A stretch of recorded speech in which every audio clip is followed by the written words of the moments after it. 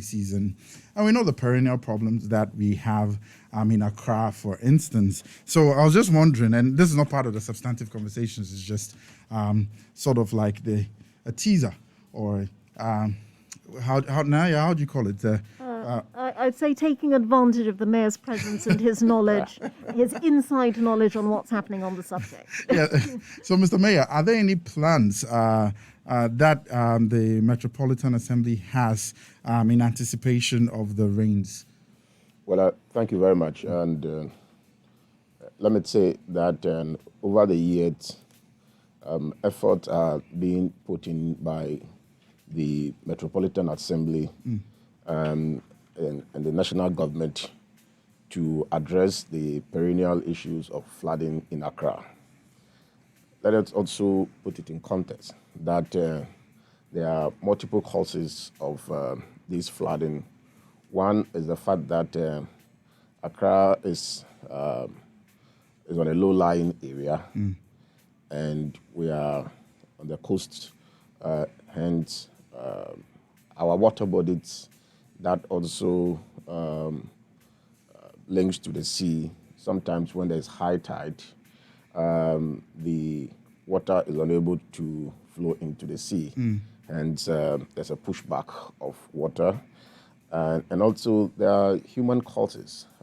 One of it key is the discharge of debris into our drains. Yeah. Because most of our drains are open. And so we've taken note of all these things and what happened in June 2015 on June 3rd, where we lost about 152 lives of Ghanaians, and a lot of people were also hurt, and properties were also lost. The clarion call from that hence was never again. Yeah. So steps had been taken by the Accra Metropolitan Assembly, and particularly the state, to address some of these issues. And let me say that because our drains, the tertiary drains, which are the smaller drains, and then the primary drains, are the main carriage of our wastewater, and unfortunately has also become the vessel that carries debris. Everything also ends into the lagoons and water bodies. And anytime they are unable to flow properly, water certainly have to find its natural course. Yeah. And it will enter into people's houses and the rest. So every year, we start to dredge, especially our storm drains, which of course we've started. And then we also clear people that have occupied locations where potentially they can be, flood can affect them, or their presence can cause flooding as well. More importantly, which I want to commend the state, is the fact that our major storm drains are being reconstructed.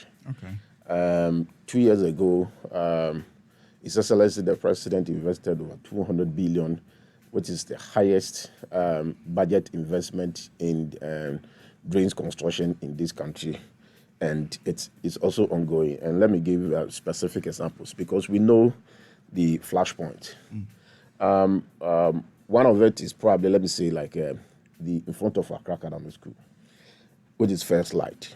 Yeah. There's a huge 8-meter drain that is underground on the streets.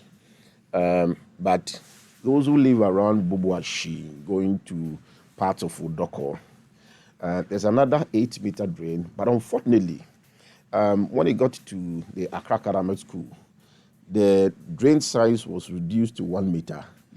What was it? What was the reasoning? I don't know. I don't know. So anytime it rains, and that's and the water was coming from upstream, by the time it got to Accra Academy School, the size of it has reduced to 1 meter, and therefore the water basin is not big enough to accommodate the volume, and then it spills over, and you see Accra Academy frontage is always flooded. So under the Ministry of Sanitation, where the Gamma project, some investment had gone in, and that has also widened that drain to 8 meter and then covered it nicely. So for the past 2 years, you have not seen flooding around that area. As of last year, if you get to Bechebi, which is also a high flood prone area, that drain had been reconstructed as well under the construction of the highway over there and the interchange is ongoing. In fact, they had not completed. They have just finished the first phase, and the first phase, which they completed last year, His Excellency the President was there to commission it, and it is significant because that whole area is an industrial enclave of Accra, and you have major companies there, especially the automobile companies. You have Japan Motors, you have Gamut, you have Skoda, you have all of them, Silverstar, you have all of them dotted around there. You have MTN, and you have major production also companies dotted around that side. And talking about the industrial area. That's right. Yeah. And that's behind the state housing going to it. And that whole enclave floods anytime it rains heavily. Yeah. In fact, my information when I came into office in 2017 was that after the June 3rd disaster, insurance companies had refused to insure their wells because where they are, anytime it rains, the area gets flooded. So the construction of the major drain that's around the Obechebi-Lamte area, what has done is that has reduced significantly the incidence of flooding. In fact, last year we didn't experience any flooding there. Around that area? Not at all. And this year we are hopeful that we'll know that, because the basic infrastructure required to mitigate incidence of flooding is being done by the state. And further to that, we had even cleared a lot of scrap dealers' activities around that enclave, because the dredging of the Kole Lagoon is ongoing by dredge masters. Today, if you walk around the Kole Lagoon area, you are likely to see fresh water. For a long time that you don't see fresh water, because the whole Kole Lagoon is silted, not only with silt, but with also trash. And that is being done. And just yesterday I was behind the sports emporium, and I could see fresh water for the first time, over there. So there's a lot that government is doing, and what we are also doing to complement each other, so that we will not experience flooding in Accra.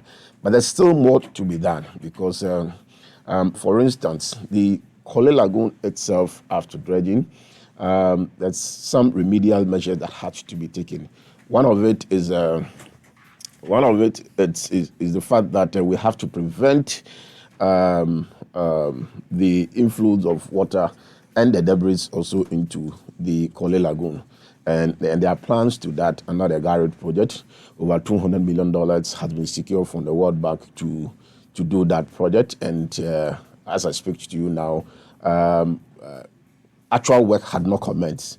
But in terms of preparation, procurement, that has been done. The money has been approved by Parliament already. So it's not something that government is now going out there to go and look for it.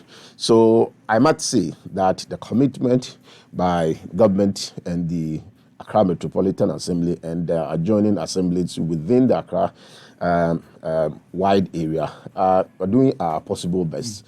What we want to advise Ghanaians is that, and caution, is the fact that issues of sanitation, because one of the main causes of the flooding is a shared responsibility. And you cannot live in the community and look unconcerned when your neighbor have taken a fridge and all kinds of waste materials and dump into the drain. and it will end somewhere, and that will cause some flooding. And this is what. Let me finally also say that we've also observed that it's a rain pattern that has changed, but the volume of rainwater has not really changed. I'm told by the meteor officers that it rains like about 700 milliliters, and that has not changed. But it is a pattern that it rains more heavy at a shorter time, unlike previously where the rain comes lighter over a long period. When it happens also like that, it comes with its own effect in the sense that once it rains very heavy, it means that you have a shorter time for the rain to either recede or to move. Yeah. And that is also being caused by climate change. And we must also be mindful of the fact that some activities of ours is also contributing to the climate conditions that we are experiencing. We still haven't experienced a rainfall in Accra proper, and we are in the middle of May. Even yesterday it rained around Pokwasi, all these areas. I was in Accra when a friend called me that it's raining, and so I'm sure it will rain. I was outside, it never rained till this morning. So we have to take care of our environment, and that's why greening of open spaces is also important, because we appear to be also cementing every space that we are, and that is not also allowing percolation. The rainwater does not go down, but it runs over on the surface of the ground, and it has its own consequences as well. So we have also embarked on the greening exercise of open spaces. If you come to Accra Central, around the Octagon area, our office areas, all those areas we are greening, and we'll continue to plant. In fact, we started planting trees in 2019. We promised to plant 100,000 trees. Unfortunately, because of COVID, we couldn't continue. We are happy that the central government is encouraging us that they want to plant about 1 million trees. So that's also what we want to do. I'm sure people will also ask about the people around the old Fadaman settlement, which is a major problem also for us. Something is being worked on, and I'm sure pretty shortly the state and will come out with a clear plan on some of these things over there. That's interesting. It means there's a lot that is being done in that regard. And this is like when you're writing an examination, your report drops. The apple has dropped big time here. I was just going to say, I hope the mayor's great efforts to improve the quality of the public space, particularly in the centre of Accra, will be given a fillip by Green Ghana Day, which is coming up next month on the 11th of June, in which Asase Radio also hopes very much to take part. This is a plan to plant 5 million trees across the country. Could make a big difference. And just, kind of getting people more kind of aware of their ability to improve their own surroundings, Plant one tree, take care of it, make sure it grows. It'll provide you with shade. It can provide you with fruit. It may at some stage in the future may be able to provide you even with wood. But, the most important thing is, also it's making a huge impact on the quality of our atmosphere by processing all those nasty, the nasty carbon dioxide floating around. So we very much hope that the mayor's efforts will... Will I appreciate your support. In fact, on Monday, I'll be at Old Fadaman with the leadership of the community, because, a settlement, it's growing, and sometimes they encroached on the buffer because there's a gentleman agreement between the community and the AMA that until they are moved, they should respect a certain buffer which had been agreed between the boundary of the lagoon and where they should move to. And there's a leadership there that is there. Occasionally, they are overwhelmed with numbers, and then they will cross the line.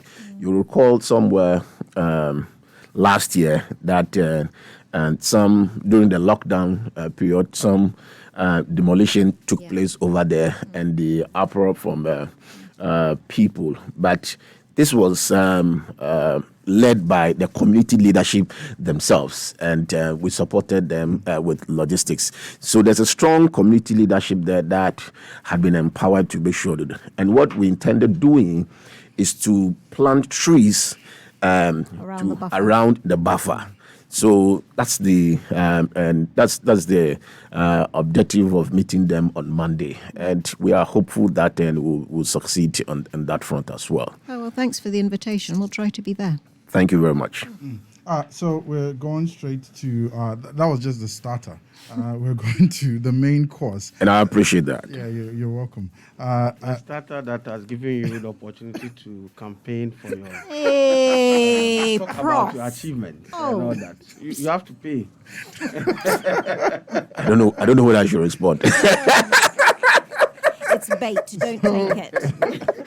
So we've been joined, as you can tell, we've been joined in the studio by Professor Ransford Edward Van Jampo, Associate Professor of Political Science at the Political Science Department, University of Ghana. And you heard earlier on Mohammed Nia J. Soa, who is the Metropolitan Chief Executive of the Accra Metropolitan Assembly. And there are a number of topics that we have to discuss, and competing ones in terms of what to start. But I'm being told by my producers that we should start with national security. We wanted to start with IPAC, but for some reason, national security is trending. And if you're listening to us earlier on, you might have heard that a statement has been issued by the Minister for National Security, the Honorable Ken Albert Kandapa. And before we get into the conversation, I'll quickly read out some highlights of that report so that we set the context. So it's captioned "Action on the Committee Report on the Arrest of the CTFM journalist at the Ministry of National Security." And this is what it says. An investigation committee was set up by the Ministry of National Security to investigate a report of arrest of Mr. Caleb Kuda of CTFM on May 11, 2021. The committee established that the conduct of Lieutenant Colonel Frank Ajiman, Director of Operations, and some police officers at the ministry on the said day was inappropriate and contravened the ministry's standard operating procedures.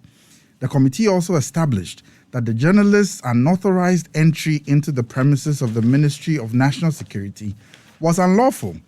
The following actions have thus been taken by the ministry. 1. The secondment of Lieutenant Colonel Frank Ajiman, Director of Operations at the ministry, has been reversed. The officer is to report to the Chief of Defense Staff for further investigation and appropriate action. 2. The 3 police officers involved have been withdrawn and are to report to the Ghana Police Service for investigation and disciplinary action. And so that's in part the report that has been issued by the Minister for National Security. And this obviously has to do with the Caleb Kuda incident that took place somewhere last week. And so opening comments, Prof, people are saying this has come very fast, because in the past you hear some of these things and we're told that is under investigation and nobody hears anything about it again. But within a week, before we even delve into the content of the report itself, whether it's adequate, whether it tells us anything, is this a step in the right direction in terms of how national security has been operating in the past few weeks, or some would say in the past few years? Well, I have a lot of confidence and respect in the man Kandapa, and he as National Security Minister. You didn't greet our listeners. Oh, listeners, talkatives. You're delving straight into. We always have a lot of things to say, so sometimes we forget about it. But greetings to our cherished listeners, and I'm sure if they are on Facebook, viewers on Facebook as well. Viewers on Facebook, we greet all of them. And we thank them for listening to us. It doesn't necessarily mean that we know more than they do, but it's just privilege that we have to be able to come before them and to have them listen to us. So we greet them. Like I said, I think I have a lot of hope, confidence, and belief in the man Kandapa when it comes to national security matters. And so when we were told that a committee has been put in place to investigate this whole issue, I knew that he wasn't going to be sitting on any committee's report. And Ghana, anytime some of these things happen, you just pray that you have more days coming to pass, and people will just forget, about it. But I think, by way of preliminary comment, I think he's done well. For the first time, you have a national security minister coming not to shield his own operatives and or people who are supposed to have taken certain action within the name of national security. And I think it's something that we must comment. You said we should make preliminary comments, so I just... All right. Mohammed Niajesoa, what do you make of the fact that a report has come out within a week, give or take, from when we were told that national security was looking into the alleged abuse of a City FM journalist? I think it's the right call, and let me associate myself with the comment made by Prof. in the sense that a lot of the agitation from very senior citizens and reputable CSOs in this country and individuals were as a result of lack of confidence over the years in the national security apparatus that they would release in the report. Even if they investigated whatever happened, they would treat it as an internal matter, and then whatever changes or punitive measures that they do, it will not come into the light of the public.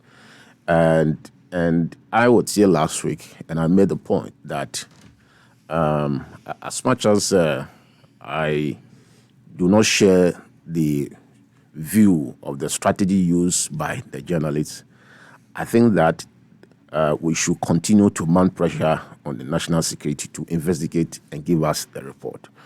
So I want to thank the national security elites for building the confidence of Ghanaians that they do not intend to shield anyone, and that the Constitution and the rule of law must be applied in all sense.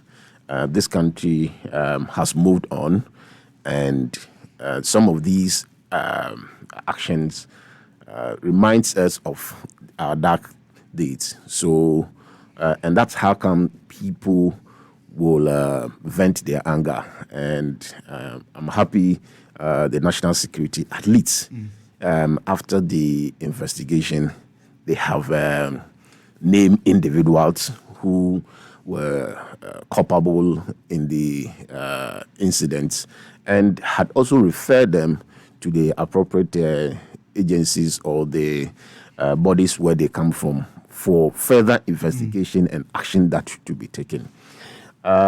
If I may be permitted to go a little bit further. Okay, so before that, I think now the pleasantries, we're done with the pleasantries. Like you both in agreement to a large extent that at least we have some information, some communication from the national security outfit in terms of the action that they are taking, or at least the report that the committee they set up has come up with, and some of the recommendations. My question, so that you can get on to the point that you wanted to make, does this tell us anything? Because if you read the statement, it talks about the fact that first and foremost, the committee establishes that the journalist's unlawful entry into the premises of the Ministry of National Security was unlawful, or his entry was unlawful. And then it goes ahead to tell us that a certain Lieutenant Kenna Ajiman has his secondment to the ministry has been reversed, and that he's to report to the CDS for investigation and appropriate action, as well as some 3 police officers who have also been withdrawn, and to report to the Ghana Police Service for investigation and disciplinary action. Is that can we make the assumption that on the basis of these recommendations, that national security is telling us that indeed the alleged torture or manhandling of the journalist in question took place? Can we make that assumption on the basis of what we're seeing this morning? Of course. I mean, the implications in the press release clearly tells us that something went wrong, and that's how the officers involved, their secondment is being reversed to go back to their respective security agencies where they are coming from. Let me say these two things. I have said that the clandestine operation by the journalist Caleb Kuda into the national security enclave, I don't share that view that it was a good thing, but if he was able to do it and come out with something rotten in that enclave and then tells the general public, that's fair deal, So you think the end justifies the means? Of course, but if we were caught, entering a national security enclave without permission, I think there's a very serious matter. And I have said it here. Last week I said it, and then I went to the extent of even demanding for its a retraction of that position, because if you are able to naked our national security apparatus and its enclave, that's the angle I'm looking at it from. It's quite dangerous, because what you're saying is that all of us who believes in the national security apparatus that is fit to protect all of us is naked, and somebody can just walk in, take pictures, take a video, send it around. Is it an indictment on the national security? Of course. That is why I am saying that he's picking up, because there's an argument by a lot of people who are journalists also saying that he's doing so in the interest of the nation. And I'm saying that you can do so, but once you are caught, I think that you should also face the music. And that is where I am coming from. And I think that because, you see, it is not a national sanitation ministry or works and housing. You have entered into the national security enclave. And I am very sensitive when it comes to security matters. And that's where my concern is. But the argument where people wanted us to focus on only one side of the story and to talk only about the alleged brutalities and do not talk about other matters, I find it very worrying. And I have explained to my friends in the city that for me, it's a discussion, and I'm looking at the matter in a manner that we should learn lessons from it. And I'm sure the national security apparatus are also very mindful of the fact that their system that they had was relaxed in a way for somebody. Look, somewhere last year, I was going to see the National Security Coordinator. I went there. There were police in my car and other officers. They were in uniform. They never allowed me to go inside with my car. They never allowed my policeman to go even with a gun. They had to make sure they checked me all this, and I had to go. Even me.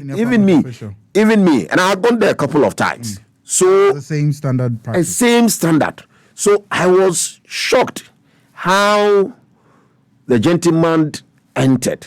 And then the point was that he went there under false pretense. Fine, but I think that the national security must also investigate some of the lapses that occurred as a result of entry of Khaled Kuba. Just because it's a national security, it was about sanitation ministry or University of Ghana, where Prof is the lecturer there.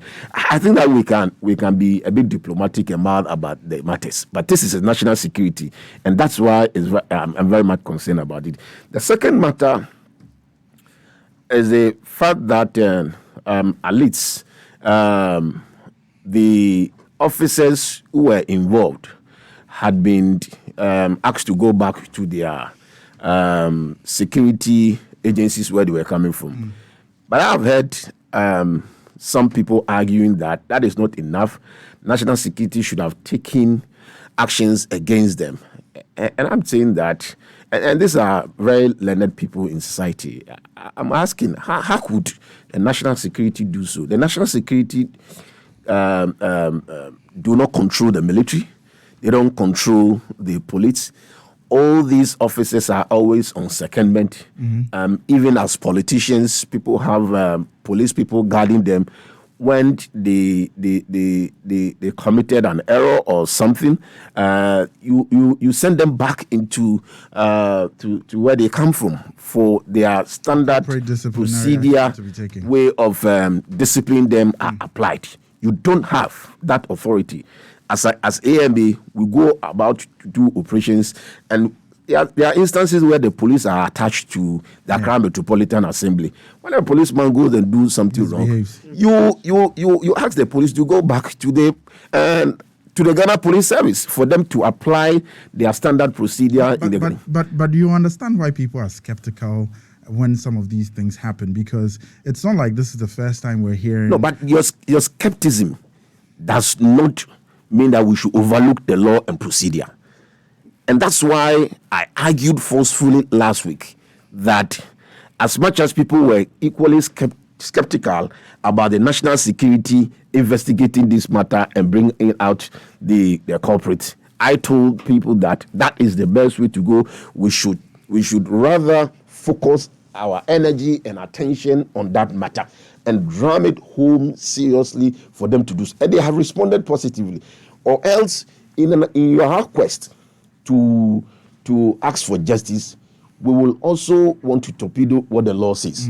And that is quite dangerous in our country. So I think that at this moment, where we should redirect our energy also to is that, okay, the officers are being asked to go back to their agencies. Now we'll be demanding further information from the military and then the police on the conduct of these officers. And what steps? That is what we should be doing. And do not say that you still do not have confidence in the system or the national security do not have powers. The truth of the matter is that they don't have. The people are on secondment. The regional minister and I went on operation a couple of days ago. And we had we had the military, we had the fire service, we had immigration, we had the police, we had all kinds of security officials who joined us for the operations. God forbid, if something happened, are you saying that the regional minister or myself had authority to punish those individuals? We don't have. They were on secondment to us for operations. Yes, but and once the operation is done, they go back. Yes, but these people are on secondment to the national security over a period of time. And note that they are not there permanently. Some are there for 6 months, some will be there for a year, some will be there for 4 years, whatever. They are still within the national security apparatus. It's time bound, and they go back to report to their base. All right, Prof, you've heard what Mohammed Nia-Jeso has said in relation to this issue of national security, the report that has come out, and the possible punishment that will be meted out to some of those who clearly, on the basis of the statement, have been found culpable, at least by the committee. You're on record to have suggested that we shouldn't continue to hype abuse of journalists whilst perpetrating media tyranny. Could you situate that for us within the context of this new report that has come out and what Mohammed Nia-Jeso is talking about in terms of the punishment of persons who were seconded and all that? Yeah. So clearly we can see that some action has been taken. Those who are supposed to have known better and did things that were inappropriate and violated the standards of national security have been withdrawn. They've been sent back to the institutions that seconded them to national security. And in the report, they didn't say that that should be the end. They said these institutions should take action. Yeah. They should further investigate and deal with them according to their own standards. So the question, as he was talking, the question I kept asking myself was, so what happens to the unlawful entry of the premises of national security? And that one, we won't talk about it. The media will not talk about it. Unlawful entry of a national security premise. We shouldn't talk about it. Well, why, and all that. Is that the people we are trying to build for our country? I think. Mohammed Nia-Jeso says the end justifies the means. No, it doesn't. I mean, I don't want to agree with that. You see, it doesn't. This particular end doesn't justify any means we're talking about. You see, if it is wrong, it is wrong. But we have a tendency to look at the conduct of the officials and what has happened to them, and then we would not talk about the other findings. See, we are selective in the way we look at things. The other findings said the guy's entry of the place was unlawful. Yes. And he himself admitted that he had to falsely, you are a lawyer, you know you cannot deceive a public officer. Yeah. So if you got there through deceit and all that, it's also against the law. What are we doing to ensure that these things do not recur? We've done that. We've allowed the media to have their way from 1992 up till now. So they have now become gods. They are untouchables. Even Are you not being too critical of the media? No, I'm not being too critical. No, the point is this. You see, there's been several times I don't know whether you've experienced some of these things before. Yesterday, I said that the decision that was taken that all Galamsey excavators will be burnt, for me, politically doesn't make sense to me. Now, a media guy picks that story and then he gives a headline. No sense, no thinking went into that decision. See, there are two different things. Yeah, I think I saw that headline. And I keep asking myself, you see, if you call that guy and say, that is not what I said, he will tell you, so what? Go and change it. If you don't take care, they will tell you that then pay money before we change. If you can't pay money, we'll leave it there.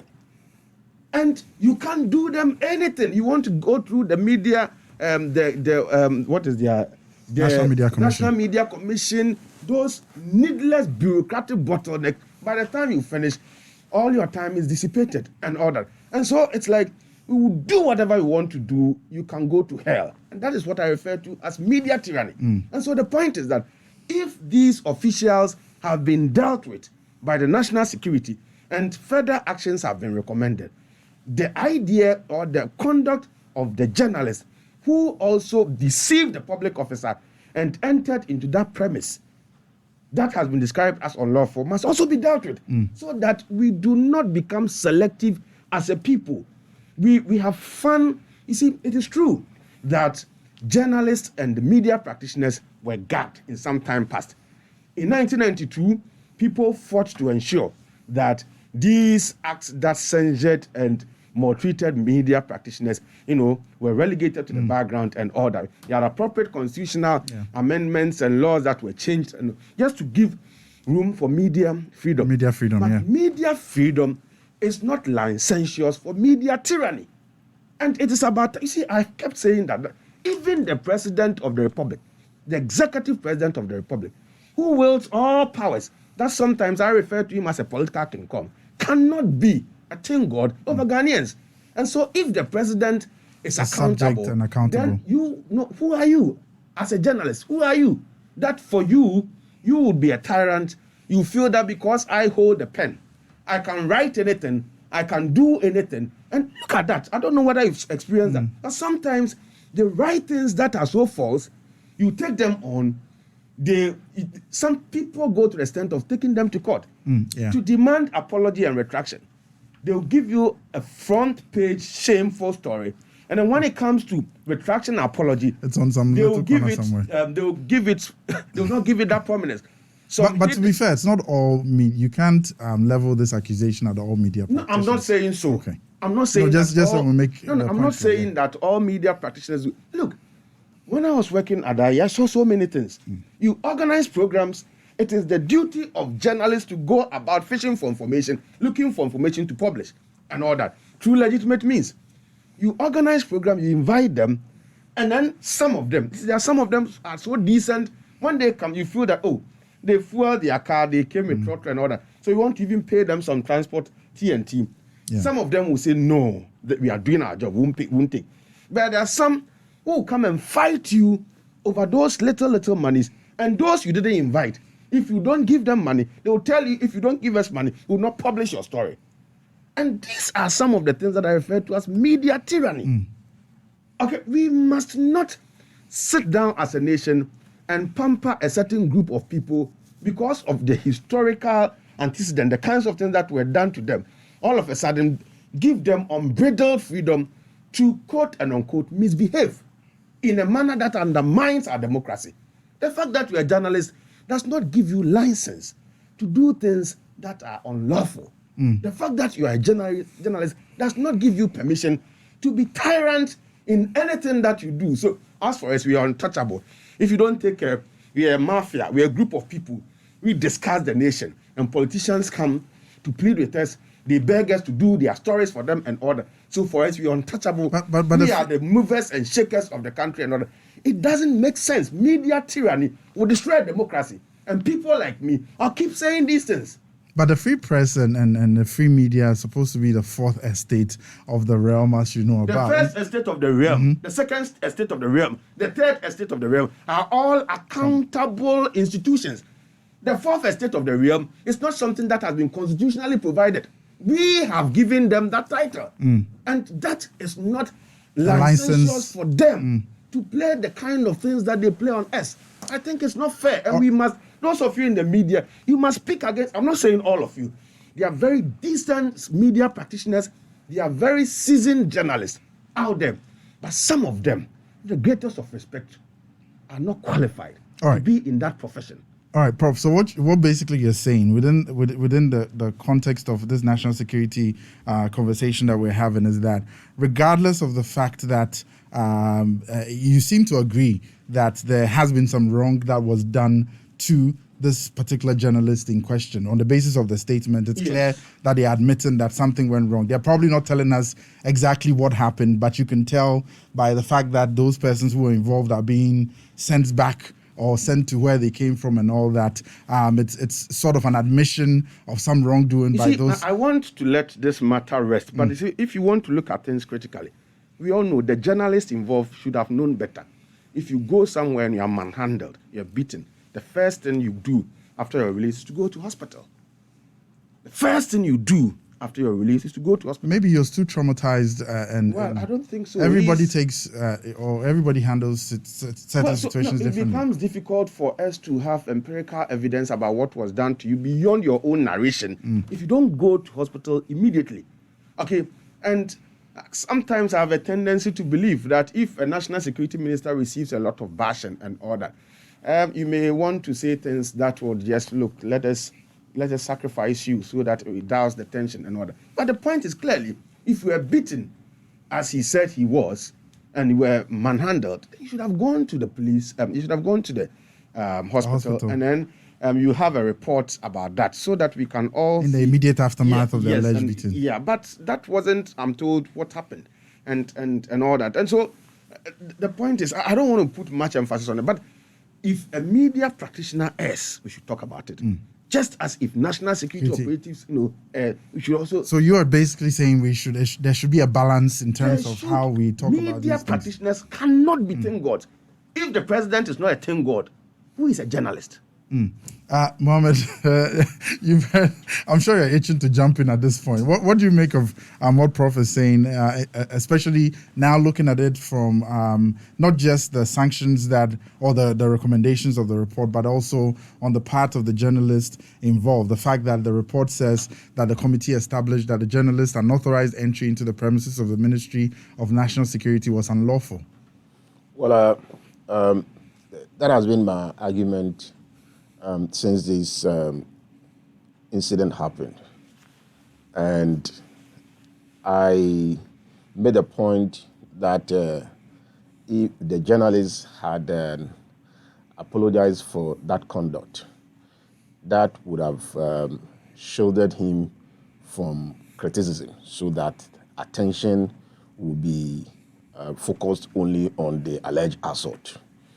Because what is wrong is also wrong. But unfortunately, any attempt to discuss the matter holistically is taken out of context. And it appears that we are all asked to focus on only one thing. But there are many sides to the story. And that's how come Prof was also emotionally charged on this subject, which you can't fault him. In fact, even Kukubaku made a point on Newsfile, and he had to write a whole thesis to explain his point, just because he discussed the other aspects of the story and the fact that he did not limit himself to only the alleged assault. Basically, some of the things that Prof is saying. Exactly. So I think that what people are asking for is accountability across board. That if I'm a politician and I'm accountable to the people, and the law requires some of these things to be done.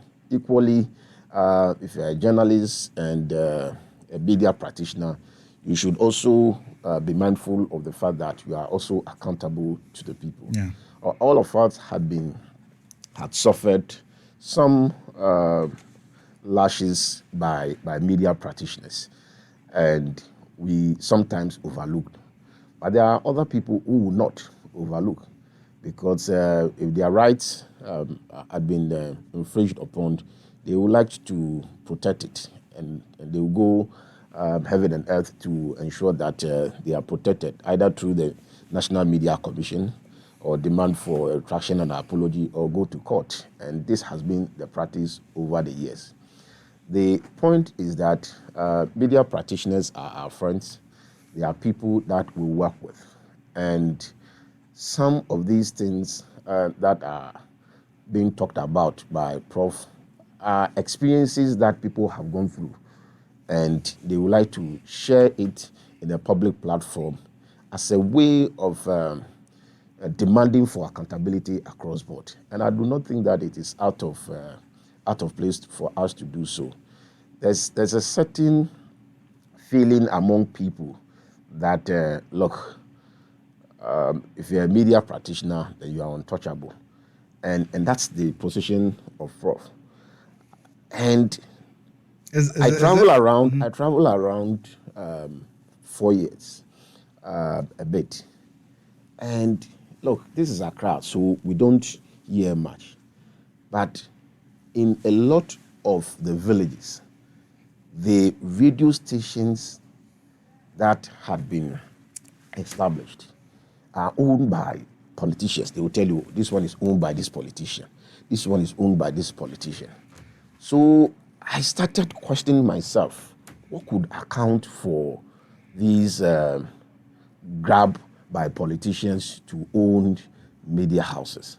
Because people also feel that, look, if I'm unable to be protected by independent media, I then have to establish my own media house to give me the platform to also speak my mind.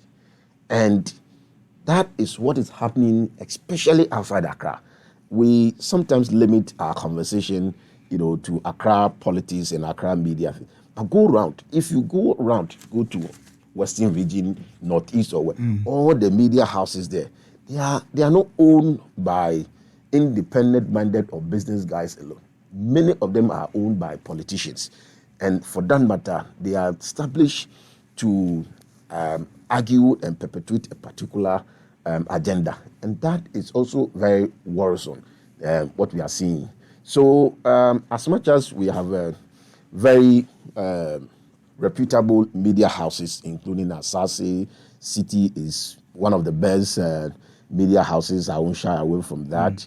There are people who are very credible people, very objective in the way they do their things.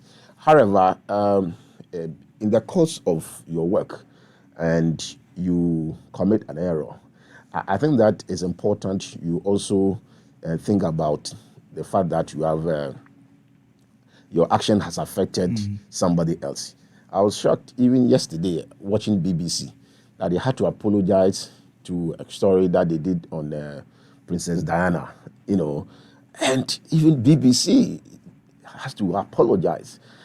So, I mean, if you're a journalist here, you should also be very responsible. So, all what Prof is saying, which I share, is the fact that especially the comment about demanding accountability across board. That is very important, so that nobody will feel is above the law, is untouchable. And that is also very dangerous. So it's dangerous, and I get the point that you're making in relation to accountability, holding media practitioners accountable. Not only media practitioners, everybody. But specifically within this context that we are discussing this, and we need to be wrapping up on this conversation because we have other things that we want to talk about before 10 o'clock. The finding of the committee that talks about the fact that these people should be, those who were found culpable should go back to where they came from for appropriate action to be taken. Do you think we're going to, Prof, do you think we're going to see anything happen anytime soon? Is it even right for security purposes? Do we, the people, have a right to know what action is taken against these people? And also, you give me your thoughts on whether you think any action should be taken against the journalists involved as well because of the recommendation in that regard. Well, first of all, no, people were saying that there's been times that some of these things happened. You ask the institutions to investigate. You don't hear anything. You don't hear anything and all that. We were not, so people were not expecting that. We'll even get this. Release. It's happened, and so I want to believe that once Kandapa's outfit has shown the way forward, I want to believe that the other agencies that seconded their staff to the national security would also emulate. Do same. But if they don't do, we have the right to ask and all that, and to tell them to take a cue from what has happened, what has been done by the national security minister. And the other bit is... but do they need, before you go, do they need to come and tell us what action they took against those persons sometimes involved? It is good for their own image and credibility. You see, we've lived in a country where some institutions and organizations, for whatever reason, have always refused to communicate to the public. They actually go out of their way to set out public relations units, of their outfit that doesn't perform. Okay, they have media liaison officers and public relations outfit, but they don't say anything to the public.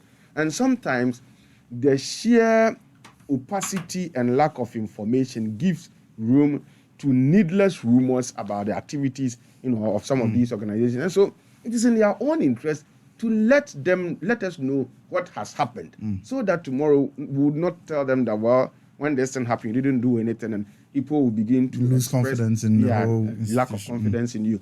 And the other bits as to what should be done to the journalist. I mean, there are laws, and if you violate laws, there are sanctions and consequences that are prescribed and ordered.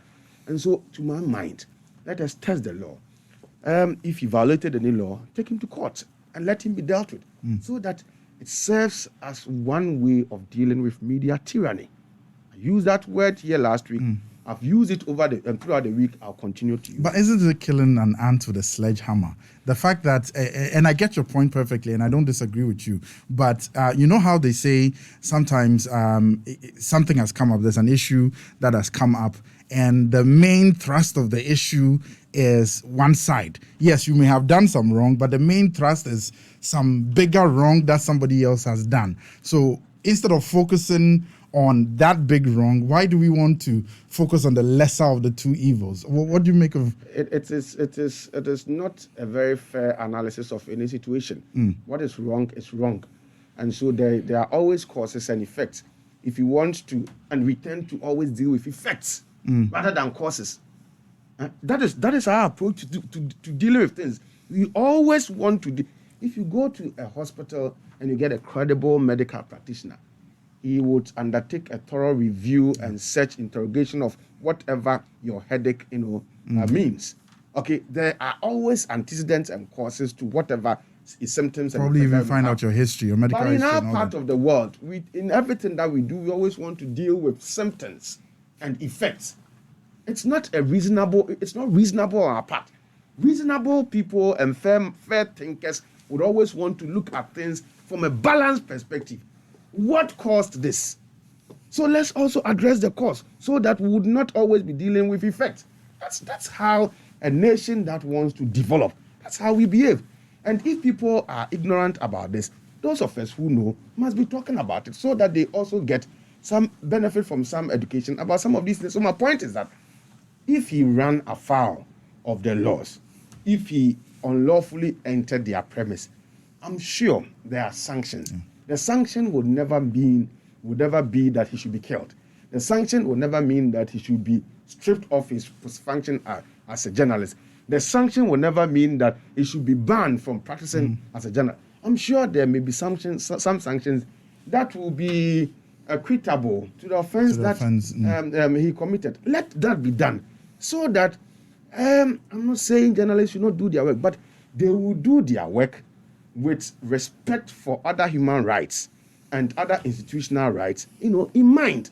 That's all I'm asking for. So that's why basically We you're cannot saying... fund media tyranny and say we want to grow our democracy. Okay, so that basically captures your point in we shouldn't hype abuse of journalists whilst perpetuating media tyranny. That's a balance that you seek to. Mohammed, last word on this before I go to Nanaya. Or two things. What is it in our interest, and for security purposes, should we know the outcome of the further investigation and whatever sanctions that is, if they are deemed, the persons who were found culpable in the report of the Ministry of National Security? And then secondly, should anything happen to, should we take action, or should appropriate state agencies take action against Caleb Kuda? Well, my thinking is that it's in the interest of the Ghana Armed Forces and the Ghana Police to let the general public know the action they're going to take on these individuals. Because it's a matter of public interest. And you know very well that any action against a journalist in this country is forcefully fought for and had to be a matter that you should also take keen interest in it. You may argue that it may be a bit unfair because there are similar incidents that are against other individuals, but never attract attention of the general public, as we've all been part of it now. So I think that the Ghana Armed Forces and then the Ghana Police should be very much interested in sharing the outcome of their investigation and decisions that they take.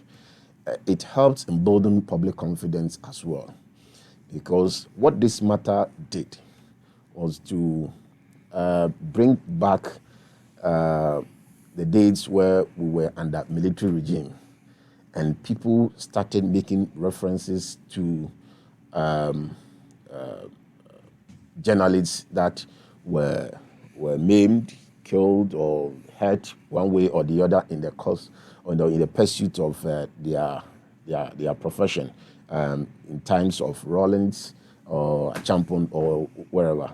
So, as much as I'm surprised that we could go that far, what it tells me is that we have not gone far with our democracy, and we still think that the dark days are still haunting hearts, and we have to be careful about that one. So I think that is in their interest. The second question, whether action should be taken against the journalists, I do not know what the law is. So I'm limited. What they said was that the committee also established that the journalists I appreciate that. Unauthorized entry. So it seems they're focusing on the unauthorized entry. Exactly, and I said aspect. I appreciate that. But I'm saying that I do not know what the law says. So I'll be limited in my submission on that subject matter. But my point that I made earlier, and I just want to repeat it, is the fact that this is a national security apparatus. And if any individual, be it a journalist or anybody, could enter and take a video, in other words, you are telling us that our national security apparatus is naked. And that is where my problem is.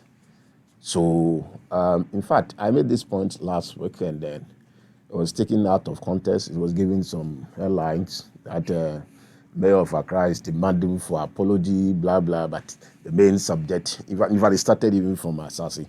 But the point is that it's important we treat the institution of national security as sacrosanct and very important, and do not have to compare it or mimic it with other state institutions like as I've said, like AMA or any other institution.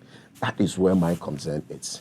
In many countries that have seen conflict, war, and you will appreciate what I am talking about. And I even made reference to the fact that I was in Kigali just about 2 weeks ago. And the story that they told me about the conflict and the fact that they're taking security very serious. It is in this country that we don't take security serious. It is only in this country that you see an ordinary citizen, when a policeman even stops you, you want to fight him. You see the person in uniform, you just want to fight him. I just don't understand. You just want to insult. For the Yeah, fact but the that policeman is not above the law. If he's doing the wrong thing, you need to call him not out. at all, not at all. But you see, if you don't fight to protect the uniform that the person is wearing, because often we look at the individual and not the uniform. Because the policeman standing there and the authority that he holds is just because of the uniform. Yeah. Same as the military or any other person. And we see that across board all the time. My point here is that we should start learning how to take matters of security Seriously. very important and very serious. That is all the point I'm trying to stress. Okay. Because it appears to me that we are overlooking on the issues of security, and that can bring trouble to us. So one day. basically, you're not answering my question whether if he has committed an offense. Just should he because be- I have told you that I have understand. limited, totally, totally. But yes. what we're saying is, from the statement, they're saying that he essentially he did something wrong. So let's say there's an offense that he has committed that he can be possibly charged for. Should he be charged for that offense? Well, if the law Given law the requires, circumstances, should if he? the law requires that we should do so. But you see, everything that you do, you must be mindful also of the public interest and the discussion which is also going on. Somebody said that there was a quotation in the Bible that all things are lawful, not all lawful things are helpful. So you should also figure out that, look, the steps that you are going to take, whether it's in the interest. Because even establishing the fact that the journalist had entered into your premises under false pretense, and that you think that it has compromised your procedure, that in itself is very important establishment. And probably it's a learning lesson for all of us here. I've told you my experience going to national security on few occasions that you even have people that you think that, by the should fact be that you able are a to- mayor, they know you. Yeah. By the fact that you are accompanied by a actually operating policeman, within your they know area of that you are, jurisdiction. you have a policeman. You have to go through the procedure. Yeah. That's very important. All right. Nanaya, what do you make of these interesting perspectives from our two guests? Yes, I mean, I'd say I'm equally divided on the subject. I mean, obviously, as a journalist, not an investigative journalist, but as, if you like, a run-of-the-mill commentary type journalist, and as an editor, I have a vested interest in the idea that journalists have not an absolute ability, but an ability to pursue subjects that they regard as being in the public interest, and pursue those as far as they can possibly take them in order to expose rot in the public services, abuse of authority, and such like. This is not perhaps the best instance of, if you like, a brutalization, not only because the evidence so far adduced as documentary evidence of the abuse is so thin, but also because it's become so hedged about by political positioning around the subject.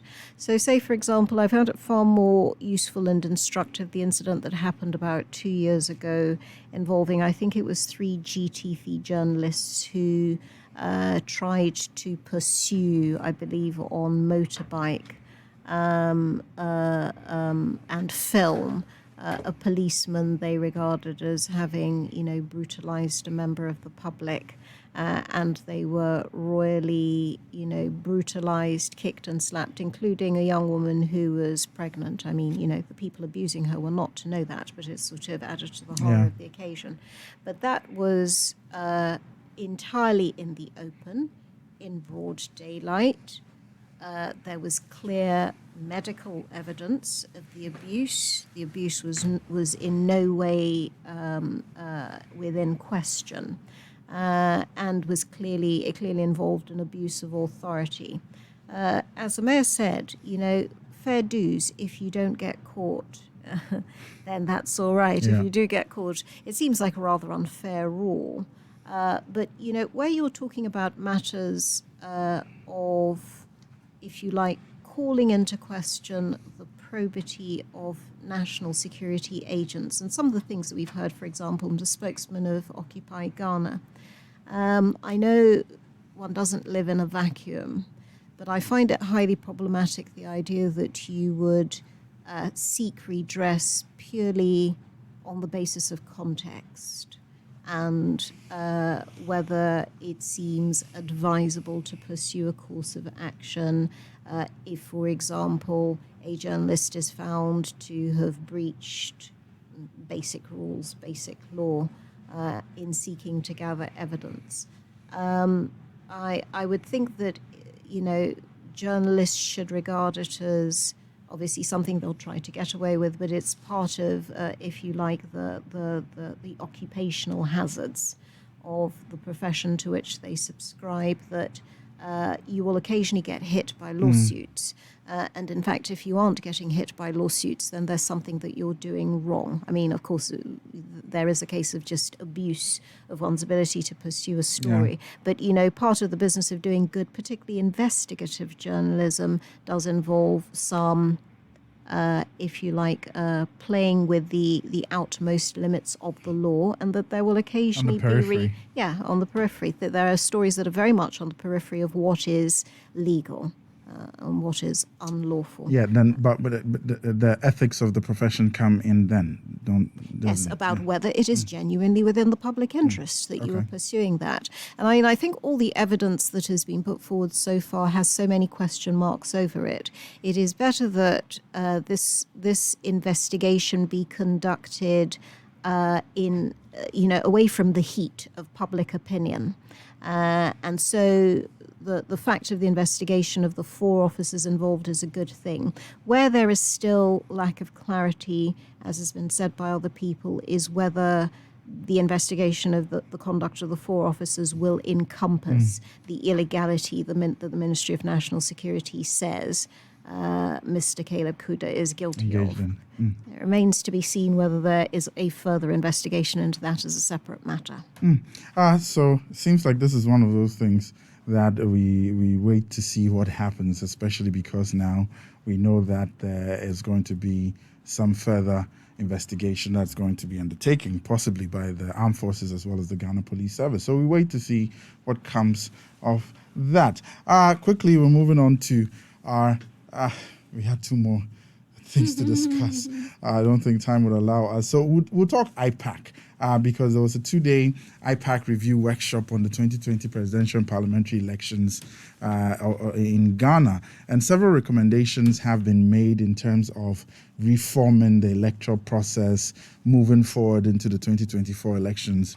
For instance, one of the major things that we have heard, or one of the major headlines from this IPAC meeting, is the fact that there's a proposal that elections should close at 3 p.m. instead of the 5 p.m. There's also a proposal for an all-year-round voter registration exercise, as well as all-year-round exhibitions, and data entry should be done at the Constituency Collation Center only, and a number of recommendations that have come out. We heard yesterday, too, that the NDC, which did not participate in, has boycotted the IPAC and the Electoral Commission, for that matter, held a press conference where they also had, they critiqued some of the things that were said, especially the achievements that the EC put out there as having conducted one of the best elections in the country, as well as some other criticisms on some of the the recommendations coming out of the IPAC meeting, even though they were not at the meeting. Prof, I'll start with you first because you have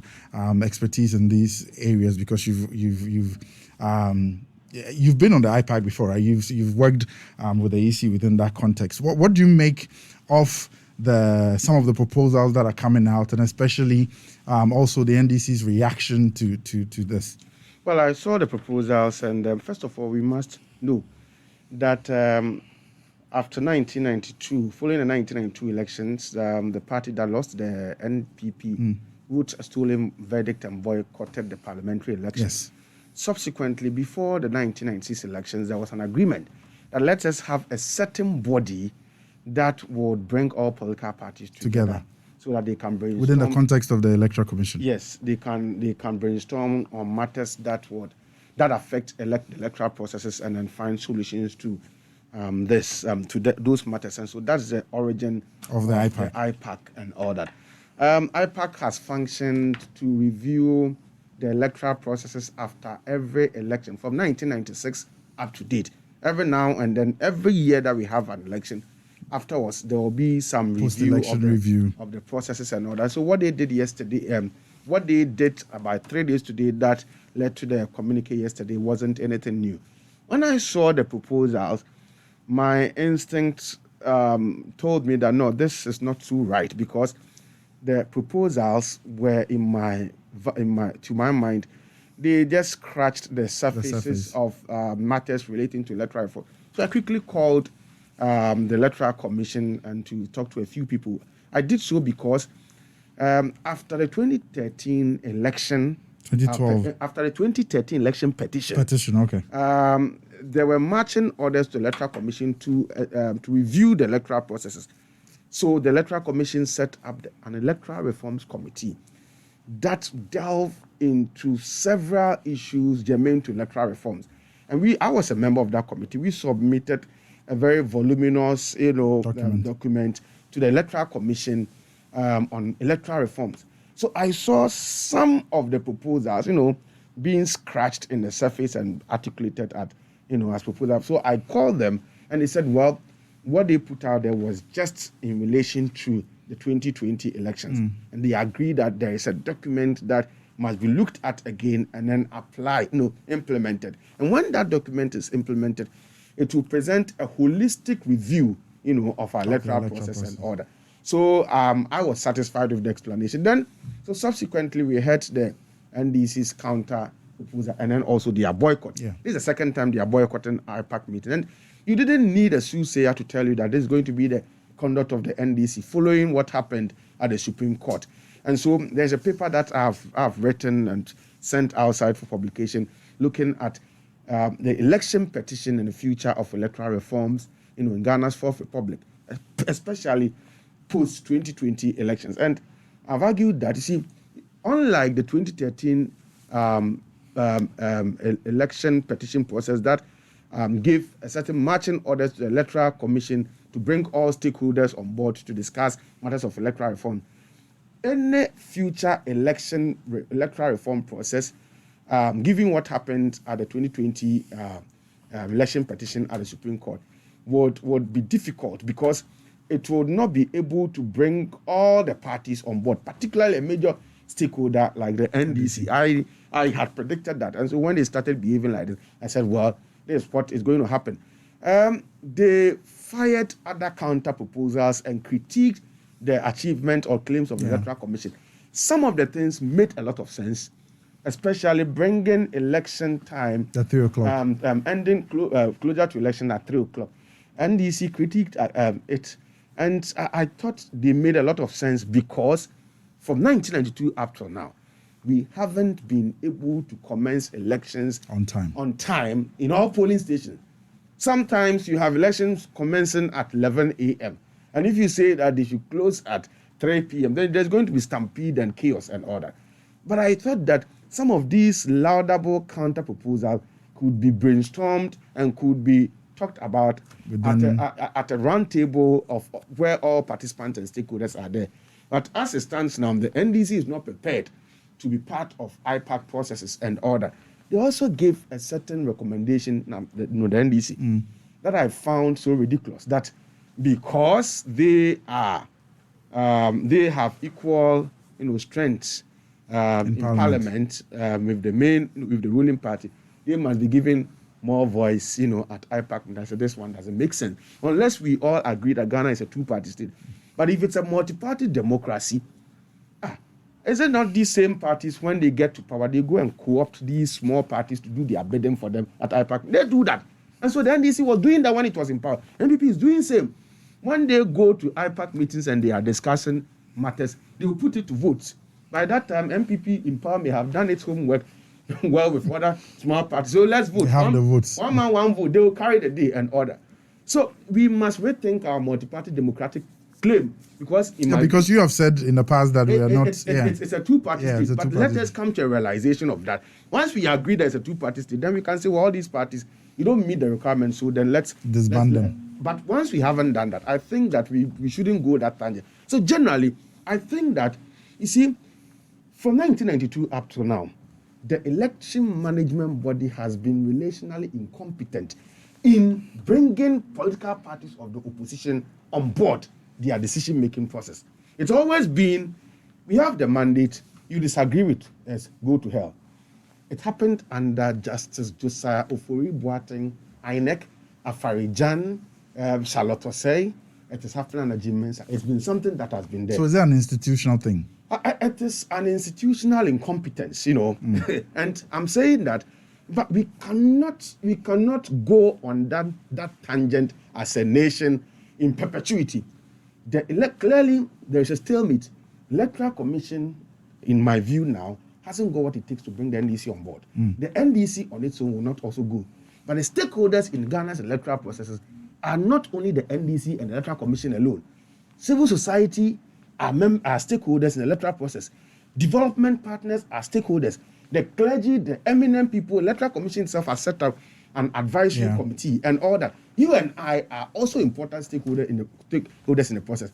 So how do we all come together to ensure that this stalemate is dealt with in a manner that will bring all the political parties around the table to ensure that they brainstorm on matters of electoral reforms with a view to fine-tuning the electoral process, so that tomorrow, if there's an election, the results will be acceptable, to all. That's what we should be thinking about. But what can be done? Because you've talked about the fact that it was clear this was going to be the position of the NDC. Yeah. So I'm saying that the Electoral Commission at the moment cannot convince. Okay. Other stakeholders should jump into the fray to say that, look, mediate. We cannot allow this division to be there. Wouldn't that be pampering? I mean, if you've gone to an election and you've lost, or it's been announced that you've lost, you go for an election petition, you lose the election petition as well. Shouldn't you? Isn't it a question of technically, in the paper, I argued that, you see, the way the court processes went, it created an impression that nothing went wrong with the electoral process. And so if nothing went wrong, if we are assuming without admitting that nothing went wrong with the electoral process, then what becomes the basis for you to want to talk about electoral reform and all that? So the point is, I believe that, yes, whatever happened has happened, but we have to move on. This stalemate cannot continue in perpetuity. So let other stakeholders, Reverend Professor Mante, where are they? Let them all come together and say, this is what is going on. It's not good for electoral processes and all that. Let them jump in to make the necessary appeals, bringing bodies together, and then appealing and then trying to resolve some of these impasses so that we can build a certain consensus around proposals for electoral reform. All right. Mohammed Niajisoa, you've heard Prof. On this IPAC issue and this stalemate between the NDC and the Electoral Commission. If you could comment briefly on some of the recommendations that the EC or has been recommended within the context of IPAC, especially ending polls at 3 p.m. instead of 5 p.m., as well as the all-year-round voter registration exercise that would go on at the various district offices of the EC. And then the NDC. How do we settle this impasse? Or is there even an impasse between the NDC and the EC? Well, I think that we should be able to discuss all the proposals and put them in perspective so that we don't concentrate on only one and hype it as the only thing that the Electoral Commission did. and we are fond of doing that in this country. The Electoral Commission had proposed an all year round registration, and even suggested that the every decade registration that they do will stop, because if you want to build a credible registration exercise and have a document which all of us will agree to it, I think that it's important we looked at it from that perspective. And I fully support the call, especially also when this country, we are moving on to a major unique ID platform where identification of us as individuals will be much easier shortly, and with the introduction of the national ID card. So I'm in fully support of that call. They've also suggested that the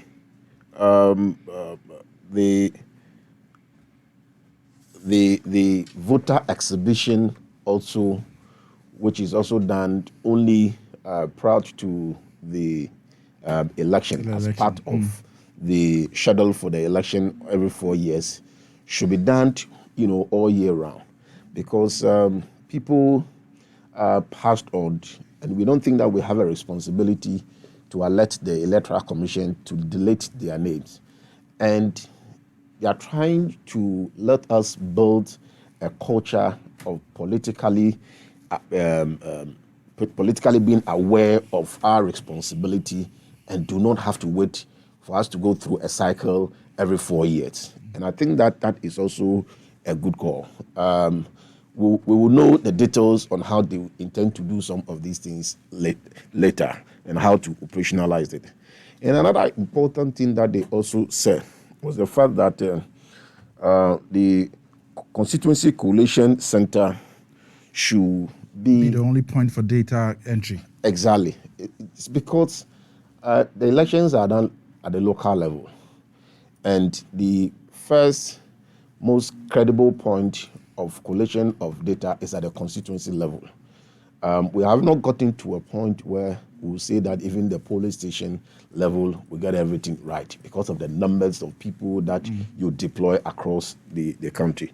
So I'm pointing out all these things for us to appreciate the fact that it is not only the close at 3:00, which is the proposal dropped. There are other proposals. But there are other proposals which are very important, and it was going to shape our democracy as we move on. My comment on the 3:00. Over the years, the Electoral Commission has been reducing the number of people that will be on the register at each police station, all in an attempt to make sure that we don't get too many people that will be in the queue after 5:00. Today, as I speak to you now, the electoral register at each police station should not be more than 500 people. So, and if less than 500 people at each polling station are going to cast their vote from morning to 3 p.m. In fact, by 11 to 12 o'clock, people should have casted their vote. Yeah, but Prof is saying that we've had experience in the past where elections. So I'm going to explain. Okay. I'm a politician. I've gone to. You're building the points, but exactly. Our time is okay. So the point here is that across the over 38,000 or so police stations that you have, you cannot get more than 5% of the police stations that they start the voting late. So on what basis are we saying that we should? And even the law requires that even when we close at 5 o'clock, the law requires that once you are in the queue and it's past 5 o'clock, you have the right to vote. So that settles the matter. The point here is that the Electoral Commission is also unable to guarantee that post-election at the polling station, when it gets into dark, that's how come a lot of people also troop in to cause mayhem and all these things. So at least let's take respite in the sunshine that God has given to us so that we settle everything at the polling station before 4 o'clock. So by 3 o'clock, we close. Within an hour time, we have counted everything. Less than 500 people have casted their vote, and then it's declared. Then we'll move on. That makes a lot of sense to me. Unless there's a counter proposal, which gives us time that when you reduce it to 3 o'clock, under no circumstance we will have a backlog of people that will be in the queue all the time. But there's just less than 500 people, and people are unaware about the fact that in every polling station, you don't have more than 499 people that are in the register. If there are more than that, the Electoral Commission will split it. That's why in certain polling stations, you have A, and B, C, and sometimes D at one polling station. Quickly, just to make sure some of these things are done. Quickly on the NDC thing, because we need to wrap up there. Well, I think that the NDC is an important institution that we need to find a way of bringing them to the table. What they are doing currently is part of the politics, which is understandable because they have to, agitate against the Electoral Commission in a way to fire their base. But I think that is symptomatic of the Ghanaian opposition. Of course. Okay. I didn't know what to say that, but that's a fact because we've also been in the opposition. When you're in opposition, as if like you have to fight against the Electoral Commission, and the Electoral Commission has always been quiet so that government officials even have to respond to issues that are against them. That is not correct. But I think that what they are doing is basically part of the politics. Okay. But they will come to the table one way or the other.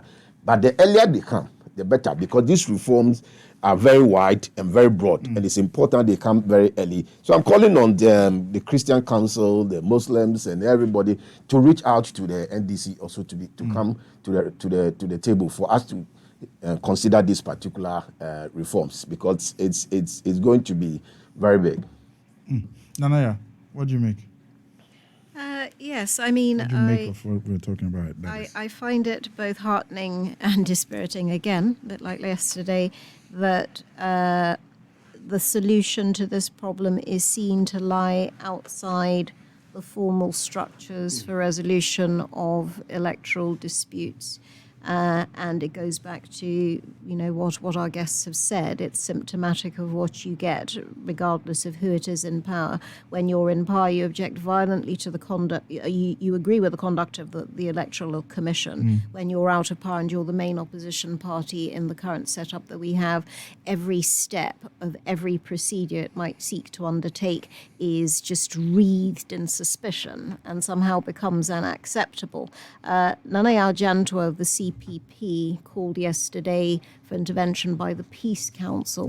Whether it's the Peace Council, the Christian Council that you're talking about, I find it very worrying that, for example, IPAC cannot perform the function for which it was set up, which is precisely to be a platform for the resolution of these kinds of problems. So when are we going to opt out of this system of we have to resort to a third party and building the institutions that can provide us with the level playing field that we may need to call on when there are questions about the way we hold elections? So yeah, it's I understand why you're both you're disheartened. You would be disheartened by some of these things, but also there could be some light at the end of the tunnel one way or the other, because at the end of the day we will need the NDC as part of the electoral processes anyway moving forward. Well, I hope so. Yeah. That has been today's edition of the ABS. My name is Kweku Ajimambudu. Her name was Nanaya Mensah. And all too soon, the week has gone by. It's been an exciting learning curve. It's been real, Doc, hasn't it? Yeah, it has. You think you might want to make it a fixture, like a permanent thing? Join us on the ABS 5 days a week. We'll see about that. But thank you for the opportunity. I appreciate it a lot. It's been a learning curve. We've loved having you, Doc. Yeah, thank you. Have a good weekend. And join me tomorrow on the forum at 8 a.m. To 11 a.m. where we'll be talking in detail about some of the things that have popped up in the course of the week. I'm sure some of these same matters. Yes. That's bye-bye from me. And it's bye-bye from me. Have a fantastic weekend.